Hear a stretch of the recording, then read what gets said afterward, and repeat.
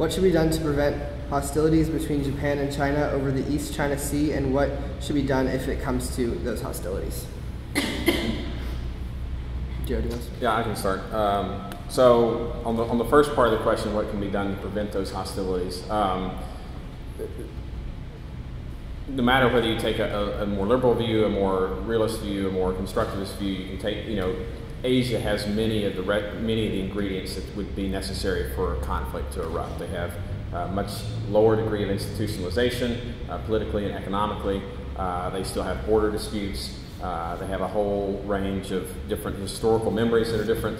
So there's many different contributing factors that would make conflict more likely. And up until this point, I think virtually everyone would agree what has kind of kept those pressures, a lid on those pressures, has been the American military dominance in the region.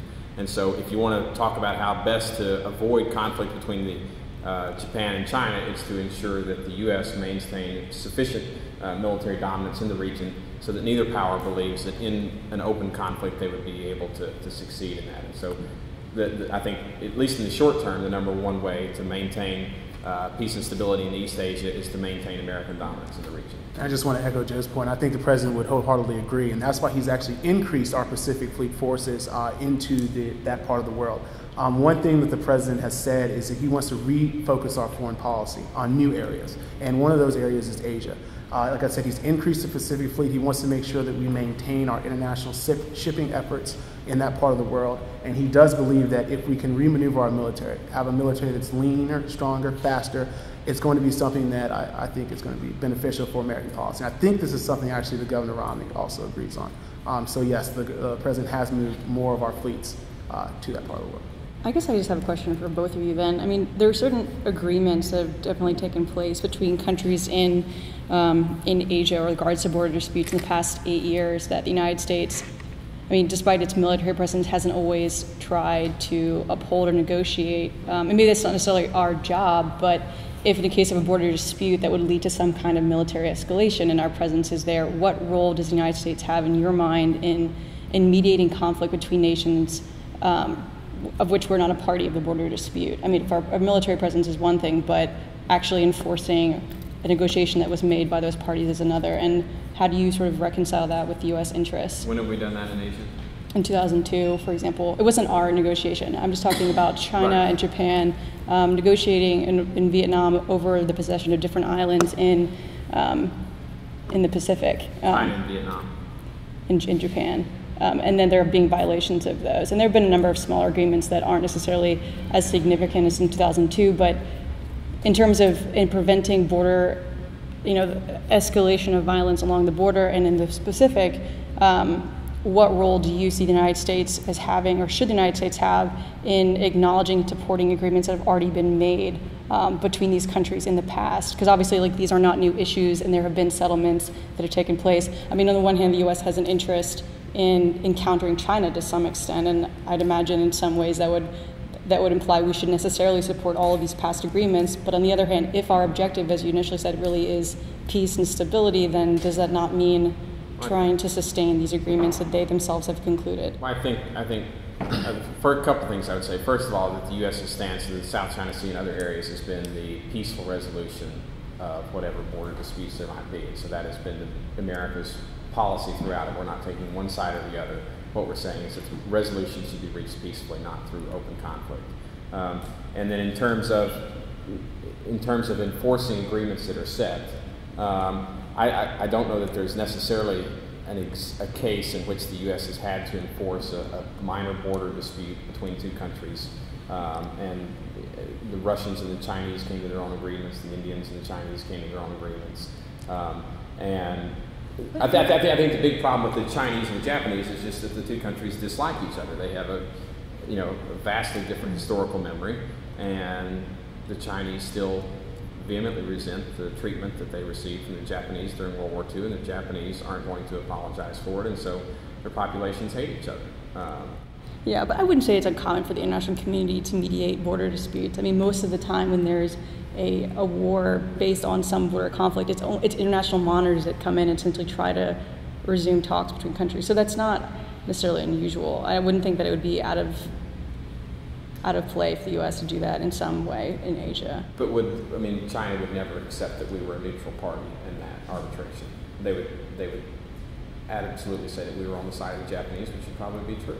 Particularly as the United States historically is responsible in large part for Japan's defense.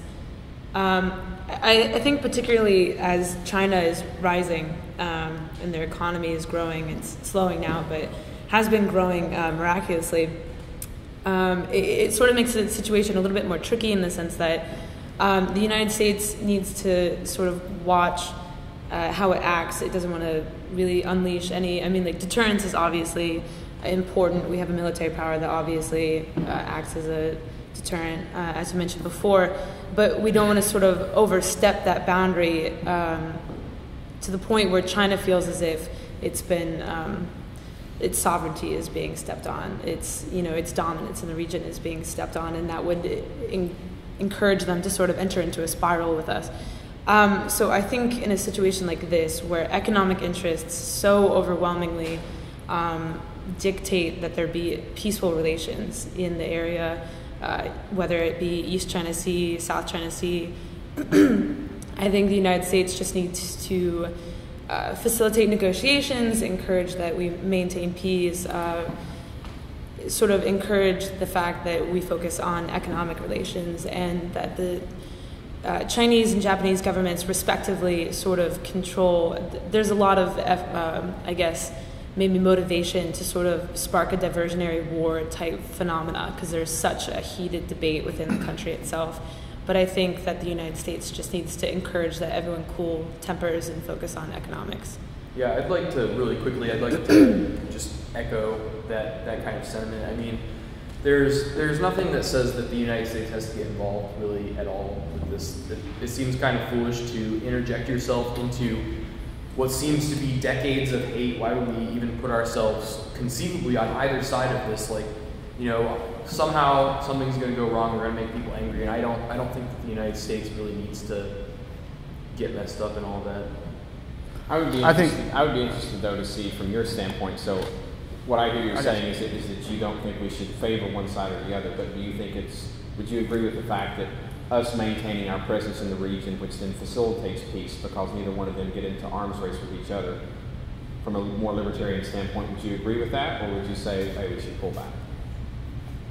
Reasonably, yeah. I'm fine with having a large military. I'm fine with having a presence reasonably in the Pacific area.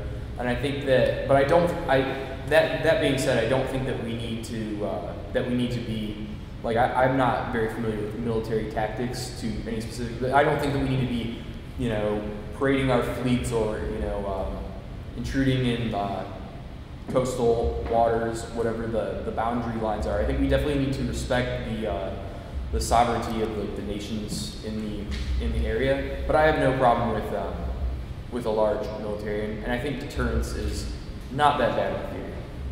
I just want to echo that Secretary Clinton has shown leadership on this issue, and her quote a few months ago, I think, echoes what our experts have said on the subject. She says that the United States does not need to take a formal position on the competing territorial claims. We believe the nations of the region should work collaboratively to resolve disputes without corrosion, without intimidation, and certainly without the use of force. She believes that this is the best way of finalizing a comprehensive code of conduct in order to establish the rules of the road and clear procedures for peaceful addressing disagreements. And I think that is going to make sure that the global economy is stable because of the economic interests of the United States. So I think that Secretary Clinton and the Obama administration is taking the right approach and is leading in front instead of leading from behind. Matt, do you have anything else? Yeah, I would just, again, I'm not an expert on this, but I think the thing that's most important here, and I think Governor Romney would agree with this, would be that we need to make sure that this is not something that's conflicting with the economic interests and the trade of the region. It's certainly one of those things where I think we do need to maintain a strong presence in the region, which is why Governor Romney has proposed increasing the ship production of our military, something that President Obama has not been able to tackle in his term. And so I think that's really having just that strong presence overall would really enable us to to still make sure that peace is kept throughout the region, and to prevent conflict there. When you say increase ship production, you just mean increase the size of our Navy. That's correct. Yes.